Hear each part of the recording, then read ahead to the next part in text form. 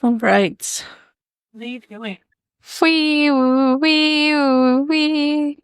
That's annoying. You've been pulled over. Okay. Sounded more like an ambulance than anything. But they all sound the same? No. I don't think I've heard it's woo, woo, woo for the cop, and then wee for the ambulance. Say ambulance. Ambulance. Say it wrong. Ambulance. Ambulance. I feel like I say it weirdly. Ambulance? No, now you're questioning yourself.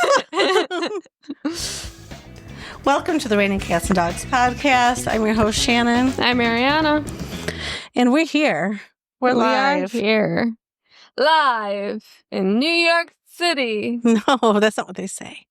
Well, isn't that what they say? They say live from New York. Oh. Same thing. It's Saturday night, but it's not. It's Monday night. It's Monday night. Woo! Wait, no, it's live from New York City. Isn't that Saturday Night Live? No. What did they say? It was Regis and Kelly, but it's... Oh, Kelly and Mark now? Yes.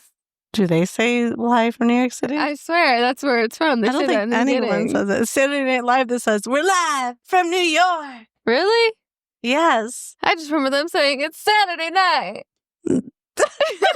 Okay. Do you not watch it? No, I always thought it was a show for old people. So you watch clips? Yep. Honestly, that's all I ever do. So they're killing the Domingo thing. It's too much Domingo? Too much Domingo. How do I like Domingo? It was great how they ended it with the other one where it was they brought in, what's his name? What is his name? The older guy. I don't know, where Domingo had the three brothers or the two brothers. Oh, yeah, that was funny, but yeah, that's how they should have left it. No, I liked it now because then Sabrina came back. Too much. They're killing Domingo. Well, they know people like it, so that's what they're doing. I like it. Saturday Night Live went through a phase where it wasn't that funny, and now I find it's funny again. I'm either out or doing something or I'm in bed. So yeah, I just see clips. Late. Yeah. I think that's the whole point, though. It's for old people. So if you're new here, we're a mother-daughter duo that just chit-chats and talks about Reddit stories. So welcome. Yes. Hello. Is there anything you'd like to share? This week was, didn't really do much, I'd say. Trying to think. No. It was a pretty boring week. Yeah, I mean, you're not talking about your adventures yet? No. Okay. I had book club. That's just the adventure you're talking about. That was nice. It's not, but okay. Let's see. Friday night, I went to the casino with my mom and my aunts. I say aunt, but really it should be aunts. But I don't talk like that. Oh, yeah, you did something fun this past weekend. And then we stayed overnight. We did this lots of stuff. It was just nice, some bonding time with my mom and my aunt. It was like a Price is Right at the casino. So like the producer and announcer that like says, come on down, the next contestant, he was there. And then they had another, I forgot the guy's name, but they did have like a famous person be the announcer, but it was not Drew Carey, or the game show host. So it was pretty, it was fine. Didn't you have fun? Yeah, no, that was fun. But the going to the Price is Right was like an experience, but I don't think I need to repeat it. Do you have to pay? Yeah, the tickets were like $45 a person. Just for a knockoff Price is Right? Basically, a traveling Price is Right. You have some of the people there, but not all. And one of the models were there. So it was kind of weird. If you ever watched the show Price is Right, when you bid on the item on the showcase, you actually at least win the item. Like that you bid, that you guess the price of, and then you go on stage. So at one point, they had like this Coach winter jacket plus sunglasses plus a Coach purse, and the person bid on it. And actually, the person that won it was a gentleman who won it by $1 because everyone was over the price. And you don't win that. Like on the real show, you win on what they're having you bid on. That's weird. Yeah. So this, you only won if you won prizes. Like some people won trips, but the trips were like, you won a trip to Dublin, 5 nights at this hotel. But I'm like, oh, and airfare. But so your airfare is covered, your hotel's covered, but nothing else is covered. No meals, no. Oh, no. No, nothing else. I wouldn't do that. Yeah. And then this other couple, did they lose? Yeah, at the end, they're trying to win a trip to, I don't know, it's like the Caribbean or something, but they didn't win it, so that was fine. But yeah, it was fun. I would do another something with my aunt and my mom again, of course, but I don't think I'd pay tickets to see The Price is Right. Oh, it was funny though. They're like, hey, we'll also give gifts to the audience. And everyone's like, woo! And then most of the gifts were, and you'll receive a Price is Right t-shirt and bag. And I'm like, I don't. Wow, I really want a t-shirt and bag. My mom and I were both like, they can keep it because it's just going to be a junk thing. What? I'd turn that into my work bag. Okay. I'd wear it to work, the shirt to work every day. Sure, you would. That was funny. One woman that made it up there to win a prize, she was actually wearing a Wheel of Fortune t-shirt. Whoa, so. Another competitor? Kind of. It's another game show. So, yeah. I don't think I've ever watched The Price is Right, but I think I've watched The Wheel of Fortune.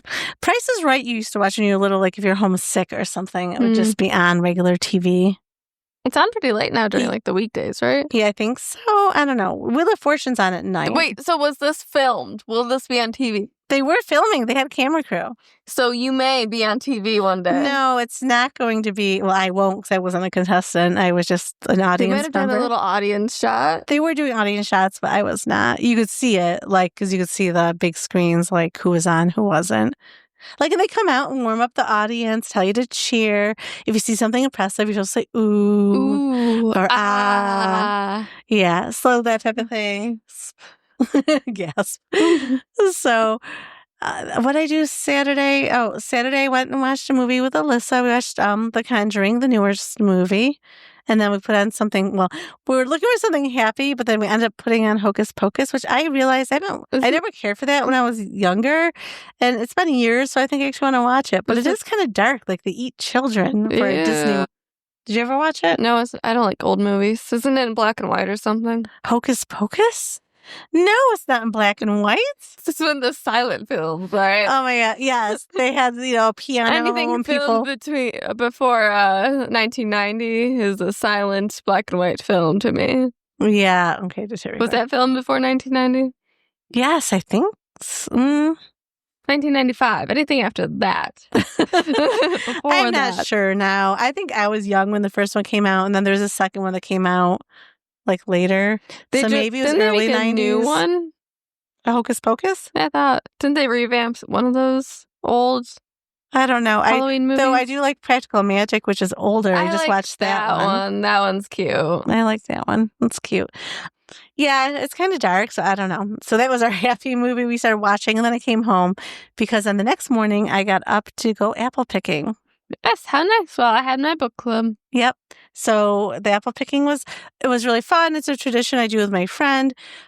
But at the end, it got ruined. So at the end, like, we were all done. We're like, oh, let's get a slushie and a donut because they make fresh cider donuts there. And so I'm in line behind her, and she orders from, there's teenagers working, and then the older woman kind of in the back. So the older woman comes up like, oh, I can help. Who's next? So I go over. Just before I order, my friend orders a donut. She was like, can I have one of the fresh donuts? Because they were like putting some in bags and, right from the rack. And the girl's like, oh, sure. And she gets her donut and her slushie. So like, oh, I'd like a fresh donut and a slushie. She's like, the woman like went off on me. I was like, what the fuck? So I was like, so I didn't argue. I just like I went from smiling to just straight, like probably bitch face and just staring at her. Like, I was, like, pissed. She's like, oh, they're all fresh. Our cook comes in at 5 a.m. and they're all, like, it doesn't matter where you get them. And it was just like, fuck you. Like, I didn't say it. I thought it. So, like, my face just went from smiling to staring. And then she's like, oh, okay, I'll get you she ended up getting me the fresh one. Well, what did she think you're going to respond? Like, oh, yes, give me that one over there. That looks like it's been sitting there since 5 a.m. Yeah, it's like, so, and I had bought donuts to bring home in the bags, and But then, of course, she's like, well, have a good day. Like, she was overly obnoxious. And then there's people behind her that she knew. It's like, you're such a bitch. Just because you said something nice at the end, like, you have no right to go off on me. If I want, the only reason we wanted donuts is because we see them on the trays and you're like getting them fresh and you could smell them and it smelled all good. Like, I want a fresh donut. How rude. I don't want one that was packaged yesterday. Okay? I wanted a fresh one. And especially if I'm going to sit at a picnic table where bees are attacking me while I'm trying to drink my cider and eat the donuts. So, like, but I mean, other than that, it was fine. But it was like, we had such a great day. And then she was just like, oh, and I told Naomi, like, of course, I got the grumpy one. Yeah. So for book club, the one member she made, because the book was Mile High. So most of it kind of happened. It was like a flight attendant. He was a hockey player and like, a lot of it happened on like their private jet and everything. Mm-hmm. So she made like little to-go boxes that are supposed to be like what you get like on the airplane, which is super cute, and even like a little juice box that everyone had. It was so cute, and she even wrote like cute little phrases on top. I took the one that said "Mile High Club?" And then during book club, my friend next to me drew a penis on it, and then I said "not yet" on it, and then I had a lot left over, so I brought it to lunch today, and I'm like, I hope no one looks on the top of my box because I put it in the work fridge. Oh my gosh, yes.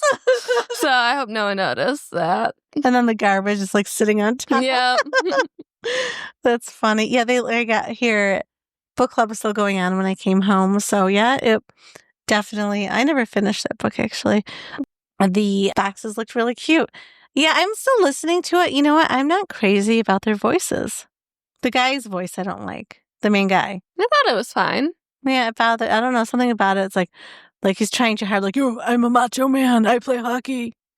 That's not the job. They're voice actors. Got to give that energy off. Yeah, but like, you I don't just know. want your Tommy Hamilton. Teddy Hamilton. Whatever his name is. I like him, yes.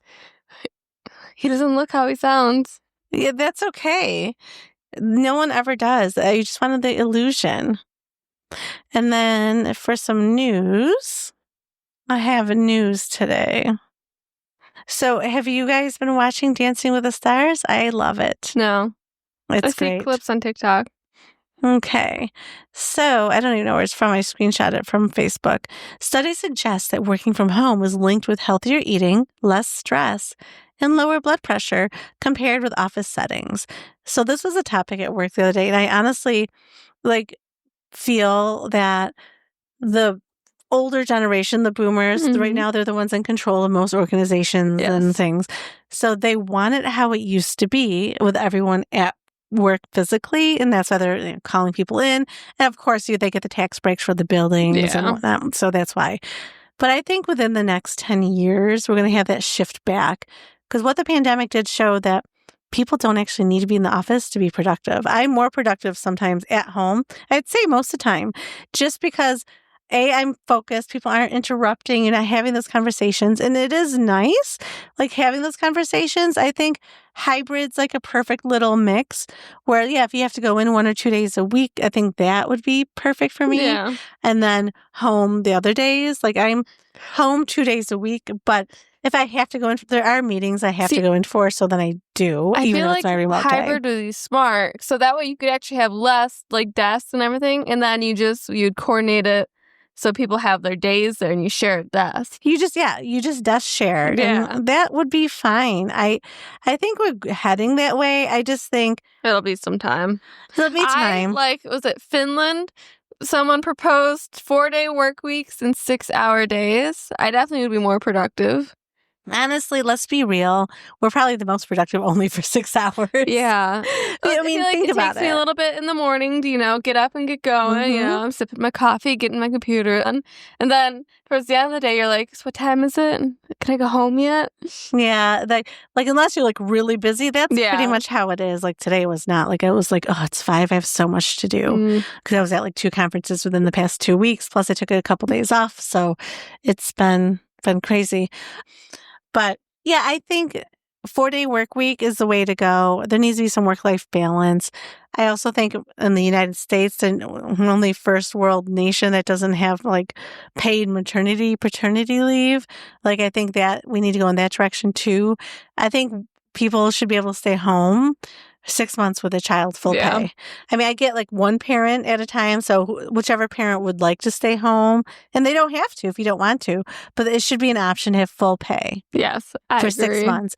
Like, you're still healing about it. Like, your baby at 6 to 8 weeks when a lot of people have to go back to work, like, your baby's not sleeping. Yeah, your body's barely healed. You need to bond with your baby. It's just, I don't like it. It's one thing if it's your choice to go back, but it should be a choice. It shouldn't have be to a just have to pay your bills.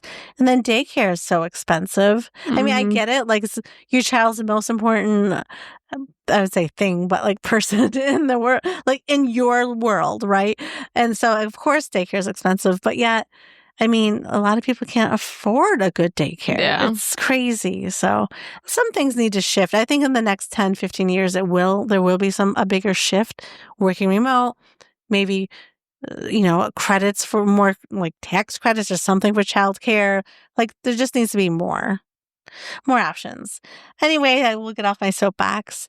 In the Netherlands, old windmills are now used to pump floodwater, which we know, away during storms, blending history with climate defense.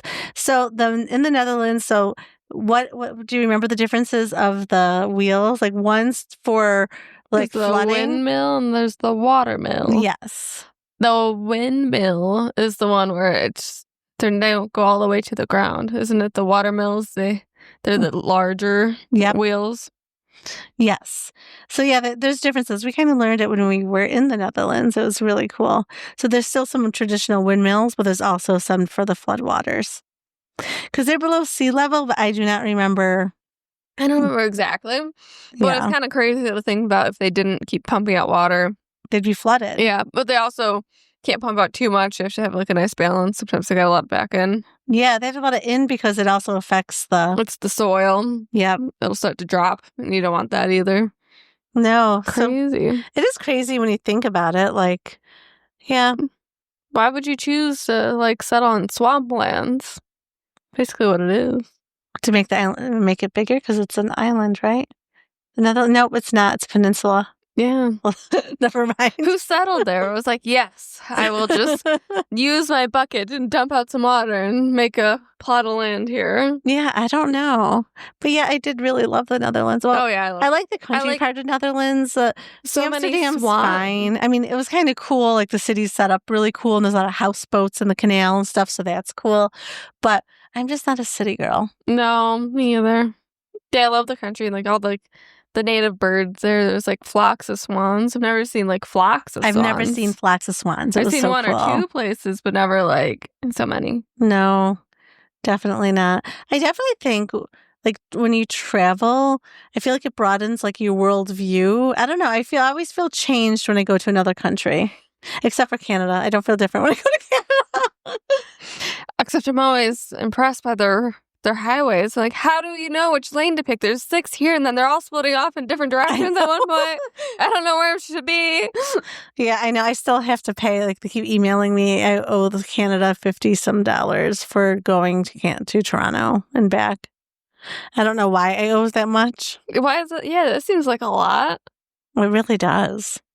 Is it because all the late fees? Maybe. Each time I'm late, it's $20 fine. Like, I think I was missing the email, so now it's like, okay, they're like, all right, lady, it used to be $30, but now you owe $54. Next month, it's going to be $74. Oh, God. Or you can't come to Canada, which would be sad. I do like going to Canada. Great. You should pay that before you try to cross back over. They stop you at the border. That'd be a hassle. That would be a hassle. They're tearing apart my car. They happened once. Yeah. When we traveled with their dad. Yeah. We're in immigration. They're questioning us, tearing apart the car. Fun times. Now, Canada, like, for us, when you live in a border state, Canada is just like the United States. Like, it's very similar, except cleaner. But it's very similar. Yeah, from like, I mean, the furthest I've gone into Canada is Montreal. Well, that's more French, right? People speak French. Yeah. No, I want to go to, I'll say New Brunswick, that's not it. That's where my friend's from. I want to go to my Orca Island, which is, oh my gosh, I can't think of the name now. It's off the coast, the west coast, and it's an island. West Coast, that's Vancouver side. Yes. Okay, it's Vancouver Island. So they have an island, but it's called Orca Island, but it's an island off of Vancouver. And you can pay, I mean, it's expensive, but you go there for like 4 days. They have to like bus you in because they don't allow cars and things there. It's more, it's conservatory. So the money goes to conservation. They give you a tent, like a glamping tent. They feed you. You kayak out and you get to see orcas. Like I really want to go within the next few years. It's just not in my budget right now. If it was, I would sign up now for next year. But it's like, I think it's like $3,000 a person. Wow. It's expensive, but where can you just kayak and see orcas? I'd be terrified. Oh my God, I'd love it. Knock me over. Well, they tell you how far to go because they know like where they go to eat. Like, it's not like you're just out by yourself. Like, oh shoot, an orca went under me. Awful. I love orcas. They're like the best and they're so smart. Yes, they're very cool. I like how they sink yachts. They also play with their food. They do, and I don't want to be played with. No. Yeah. So I think that'd be really cool. So That'd maybe in the next few years. All right. We ready for some Reddit stories? I'm ready. We're going to r/relationship advice by through RA_libid_tier. I, 28 female, made a joke with my husband, 29 male, and it's costing me my marriage with the man I truly love. I need help fixing it. All right. My husband and I have been married for 4 years now. I truly do love him with everything I have. I can't see a life without him. I took some stupid advice from some girlfriend regarding a joke that they have done with their husbands or boyfriends. The joke is basically telling your partner you want to break up or that you want a divorce. I never wanted to do it and thought it was cruel to do, especially when someone you love, but I was convinced after kept pestering me about it, as I was the only one that hasn't done it yet out of the 5 of us. They further convinced me about it when they told me their reactions their partners had afterwards. Stupidly, I did it last week. My husband's reaction wasn't what I thought it would be. I honestly thought he would try to talk to me or beg and make suggestions like my friends' partners have done, but he didn't. We had dinner and was watching a movie when I told him I'm not happy anymore. I think we should get a divorce. He looked at me for a couple of seconds, and I swear I looked like something broke in his eyes, and he got up, walked into our bedroom, and within 10 minutes came out with a bag and walked out of the house without saying a word to me. Oh my gosh. I tried to stop him, especially after seeing him with his bag packed, and told him it was just a joke and I didn't mean it. But he basically just brushed me off and walked out. I tried to get a hold of him, messages, calls, emails, video chats, but he isn't answering me at all. I talked to his friends, but none of them want to tell me where he is and when, and if they answer me. I went to his work, but they refused me entry into the building. I have tried his parents, but they don't want to get involved, as well as with his siblings. The only messages I got back was from his sister telling me I joke or not, I fucked up. I've sent many messages about it being a joke and even sent screenshot of my conversations with my girlfriends about the joke as proof that it was a joke and that I'm not backtracking all of a sudden, but nothing. My friends didn't have any real advice and told me just give him time and that he will get over it. Everything came down to me yesterday when I was served with actual divorce papers. I felt like someone slapped me in the face and hit me, continuing to hit me. And I am still in so much pain. I frantically tried to get a hold of him, but all I got was, he has nothing to say and I should talk to his lawyer. Wow. How can I get the man I love back? I don't want to lose him. I made a stupid joke, and I know that, and it's just breaking my world apart. We have no issues that I know of. We were laughing the whole time throughout the day, had fun and everything. No fight or distance recently between us. Nothing like that at all. Everything was basically perfect. I mean, yeah, you probably shouldn't joke about that, but I'm wondering, did he deep down want a divorce and this was his out? Yeah, not to have any kind of conversation. Like, I could see if he was hurt at first, like, oh my gosh, you broke my heart. But then she's like, honey, I was just joking. Like, them being mad, right? Like, this is not something to joke about. I could take our vows seriously. Like, have that conversation, but no conversation to just pack the bags, won't even talk to her, and leave. And then, like, literally everyone's banning her, like, from work, family. Crazy. I'm almost wondering if he wanted it out. He might have. He was like, awesome, I'm out of here. Yeah, I don't, because that to me does not make sense. Please tell me there's an update. No update. What do you mean there's no update? No update. She can't leave us hanging like that. Like, could you imagine if that's how you got divorced? Like, no conversation. I played a joke and now he's just gone? Yeah. That makes no sense to me. Like, he's been thinking about divorcing her. Maybe she didn't get along with his family. I don't know. Maybe he has a girlfriend, a boyfriend, something. I don't know. I don't know. Maybe he's like, that's not something to joke about. I'm done. Okay, but you don't think that deserves a conversation? Yeah, they should have a conversation. Like, and if he actually did love her, but yet was like completely angry, marriage counseling, like, so he could get his point across how important, you know what I mean? Like, I don't know. Like, I'm quick on these stories. Sometimes I'm like, yeah, I'm out. But, like, that doesn't seem like an I'm out to me. Yeah. I think you could talk about it, and I guarantee she would never joke about it again. Like, I don't know. Yeah, she messed up, but I feel like she deserves an explanation. What are you doing? Right now, she's walking away. Did she? Oh, no, she left my dog in there. Great. Apparently, so Alice somehow, when Arianna was downstairs, followed her. Hi, Alice. So she got trapped in the basement. So that means she ate all the cat food that I keep it down there away from them, and probably some cat poop, because for some reason dogs like cat litter and cat poop. It's disgusting. It's really gross. So don't kiss me anytime soon, girly. Then I've cut down her food. So now she's like, food. Yeah, extra hungry. Yeah. All right, let's move on to the next. Okay. We're going to do one or two more. Let's see. Let's do from 2 Outtakes posted by Throwaway. 062864. Thinking about leaving my husband after my cancer diagnosis. Oh, okay. Hold on. See, there's an update on top.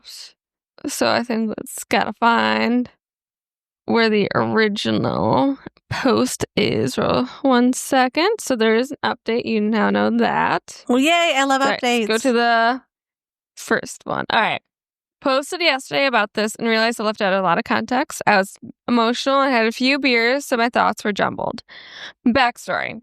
Me, 29 female, and my husband, 32 male, have been together for 15 years, since high school. It hasn't been easy, ever. We've been on and off again until we had a first kid 6 years ago. We've been consistent ever since. We currently don't share a room due to our schedules. He's up early, I'm in bed late. It's been like this for over a year and has never been an issue for us before. It works better for us. My husband is bipolar and schizophrenic, so there are a lot of ups and downs constantly. He's also extremely selfish as well. I always call him out on it. He can be so loving and caring, but there's a switch in his brain that he just can't shut off. He does it with everyone in his life. I've always been able to point it out when he's doing it. The situation is different for our relationship.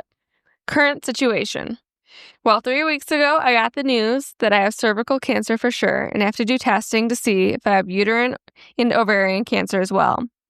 So I do have to get a hysterectomy, but now I may have to undergo chemo and radiation before that happens so it doesn't spread through my whole body.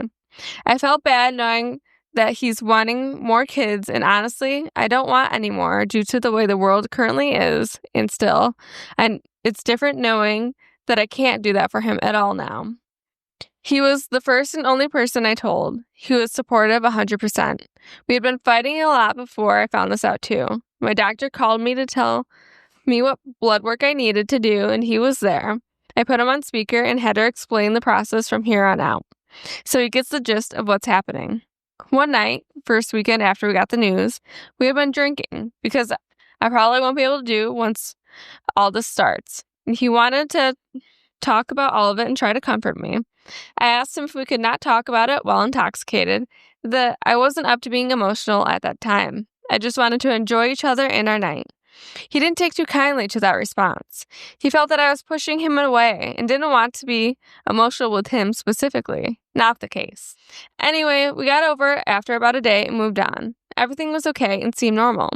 Last Tuesday, he came home and was just off. Hardly spoke to me, acknowledged our kids, but wouldn't even look at me. Anytime I spoke or tried to ask how his day was, I was met with the worst attitude, as if I was a burden or annoyance. I asked what was wrong, or if I did something wrong. He would just scoff and say, if you keep asking me what's wrong, then I'll have a problem. So I stopped engaging altogether. I even flicked back the same attitude. Not the greatest thing I know, but I was upset. Ever since then, he's been cold. Won't say I love you before we hang up the phone. We'll tuck the kids in bed and then walk past me and just say night. Always find something wrong with anything I'm doing, cleaning, cooking, rearranging, etc. I've expressed my frustration and feelings with this, and he gives me nothing. Just says, sorry.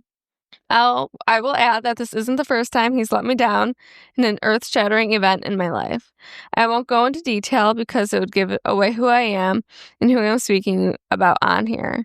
I get that people handle their feelings in their own way. I get that he's probably going through his own process about the diagnosis. However, it's not fair to me, and I don't want to fight for it anymore. This is just an event, and no, I'm not thinking about leaving him after a week of change. There's a lot more that I cannot add to this post. If he doesn't step up when I start my big appointments, I will leave. He's gone most weeks for work, so everything is left to me anyway. I don't mind just doing this alone as well. I have friends and family that will help. Just haven't told anyone the diagnosis yet. Only him. Well, she's kind of in it alone because he hasn't been that great. Well, he was great and then wasn't great. Yeah. Yeah, I mean, that's hard. I think when you're living with someone with bipolar, I think, and they're not medicated correctly or going to therapy and doing the things that they need to do to manage their mental health, it really affects everyone else around you. So, I mean, if it's not working and she's unhappy, I think you need to do what's right for you. Yeah, I agree. I think, for support, she should tell her, close friends and family just to have some support. And, it stinks that she's going to have to go through this by herself. Hopefully she has more outside support. But I'm in agreement. Do you think that she's wrong for wanting to leave him? I don't think so. No, it seems like there's a lot going on. Yeah, it seems like stuff that she can't talk about because she doesn't want to be identifiable, which is fair. Yeah. Top comment. It sounds like you haven't been happy in your marriage for years. Of course, there's good moments, but you seem overall miserable. My suggestion would be to separate for a few months while you get some health things figured out. And that will give you both some perspective on it if you think things can work out. If you feel relieved having him away during this stressful time, that it's not working out. You can try a couple counseling later, but focus on your health first. And OP replied with, and I don't think I realized I was miserable until this situation. Okay. I've tried counseling way before this, and he rejects it. So he'll do his own, but doesn't want to do couples. Oh, well... Yeah.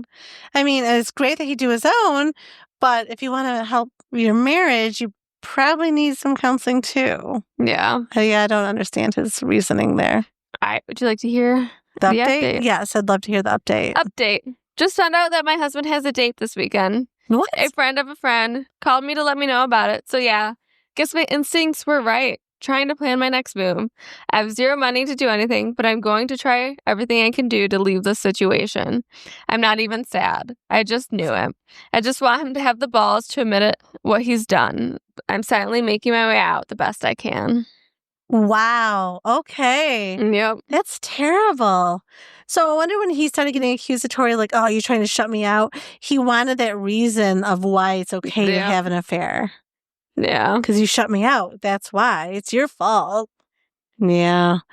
Okay. Well, at least that makes sense. Because the other story did not make sense. This makes sense to me. Yeah.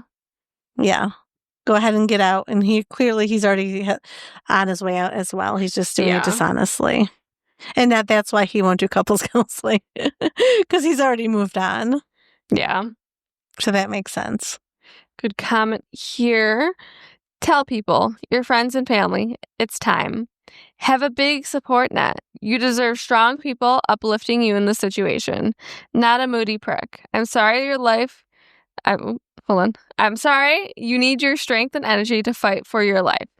And please do not feel bad you can't give him more kids that you didn't even want to have. Sadly, that ship has sailed.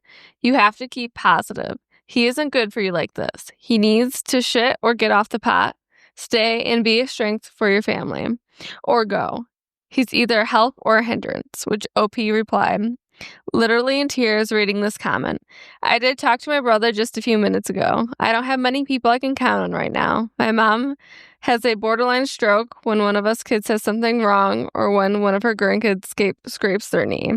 I don't have her in the delivery room with any of my kids because she couldn't not freak out or cry.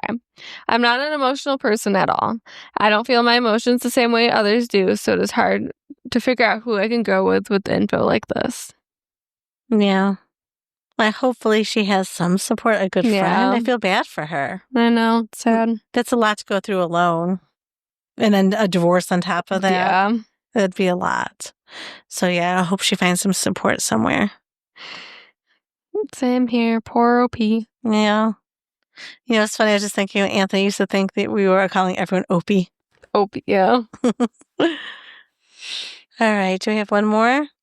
I'm looking. See if we have a shorter one. Okay. Let's see. We will do... Okay. We're going to do from a relationship advice by bulky-grapefruit-231. Oh, I like their name. I, 21 male, think I've made a massive mistake with my wife, 22 female. Myself, 21 male, and my spouse, 22 female, have been together for a total of 3 years, married for 1. We got married before I went on deployment and moved in together when I got back 6 months ago. Since then, I've started to realize that we are incompatible and I'm unhappy in the relationship. Most of our problems arise with sex and her being very codependent.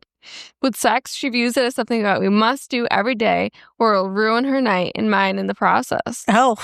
Some nights, I just don't have the energy or motivation to have sex. Those nights, she touches me and says things like, most men would never say no to their wife for sex, or I can't believe you're saying no.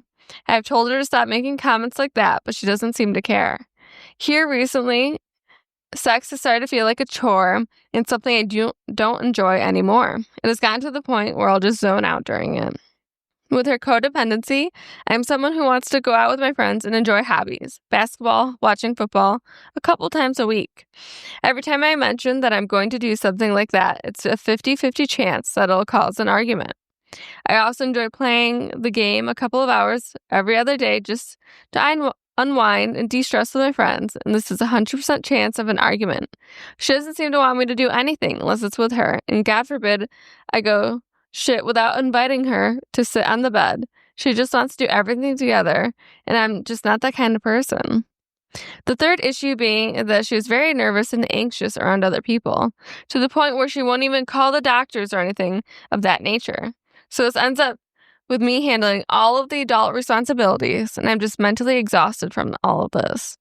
The worst part is that I don't think she knows at all how I'm feeling. I think she's really happy and thinks we're going to spend the rest of our lives together, but I just don't see that happening. Everything else for me is going great. I just dread coming home. I feel awful for the whole thing, and I don't know what to do. I realize we should have moved in together before I left, but the military makes that kind of difficult, and I had an impending deployment. So I'm very stuck and confused on what to do. Any advice helps. Thank you.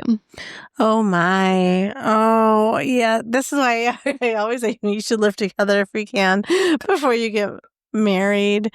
Yeah.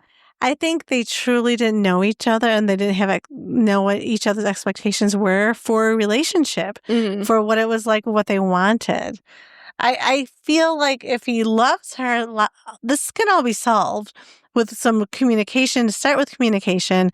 I hate that I say therapy, and then possibly like marriage counseling. But honestly, start with some communication.